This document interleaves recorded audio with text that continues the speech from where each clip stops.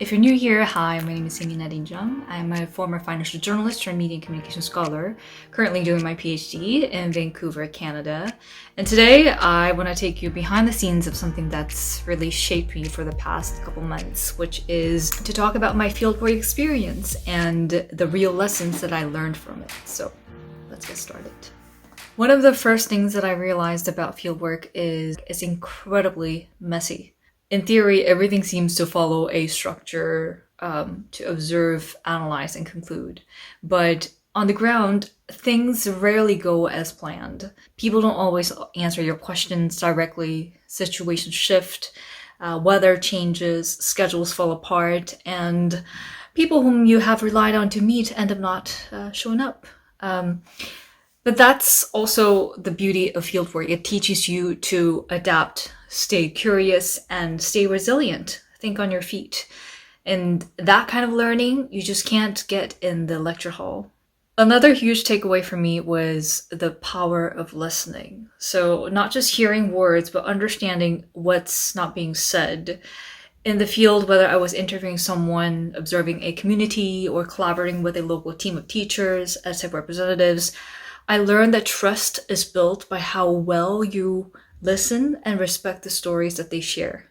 It reminded me that being a good researcher isn't about having all the answers, but it's about being present and willing to learn and forge a relationship that is based on trust. I also saw on the ground how theory meets practice and sometimes how it doesn't. What looks perfect in academic writing doesn't always play out that way on the ground, and fieldwork challenged me to rethink some of the frameworks I'd taken for granted.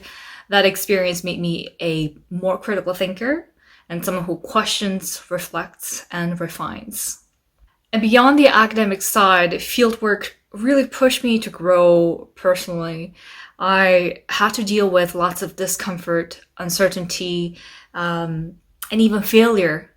There were some unexpected hardships that came to me that were out of my control, and some days I had nightmares about it.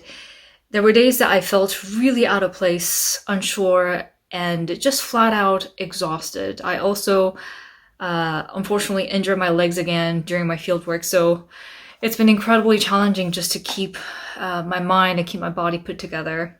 But I believe that those moments are the times that really taught me resilience, empathy, and confidence.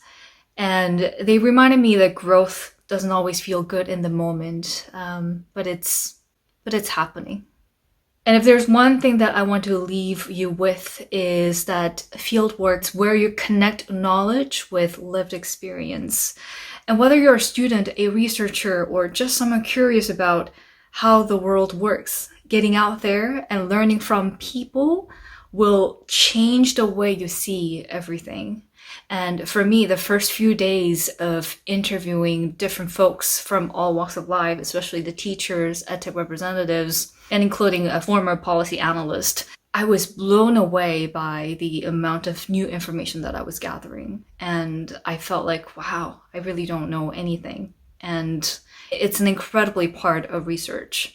And in the classroom, in public school settings, I worked closely with teachers, and many of them are overworked, under-resourced, and constantly navigating change in this troubled time. And yet, what stood out wasn't just their resilience, but the hope that they had. And it was how deeply they cared about their students. Some didn't, but some really did.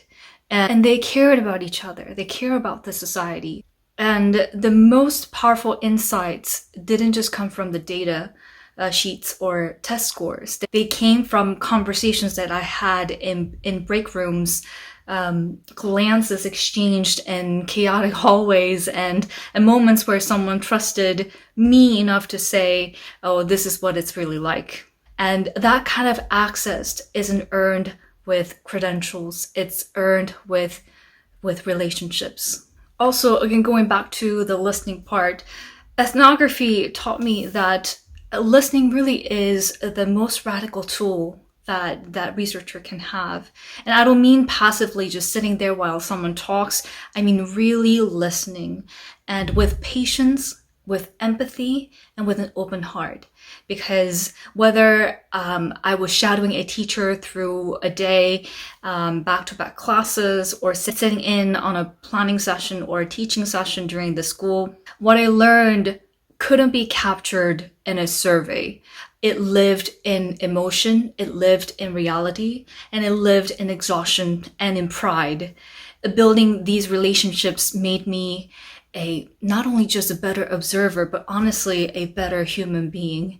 And I learned so much from all who gave me the access to learn all about this.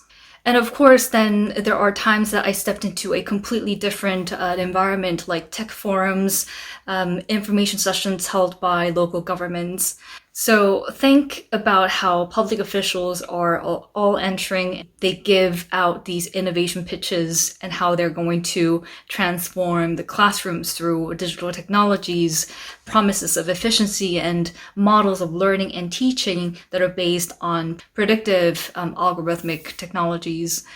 While it sounds exciting, I couldn't help but notice something missing, which is the voices of children and the teachers and the parents. So this disconnect made one thing crystal clear, which was that innovation without empathy is just noise and hype.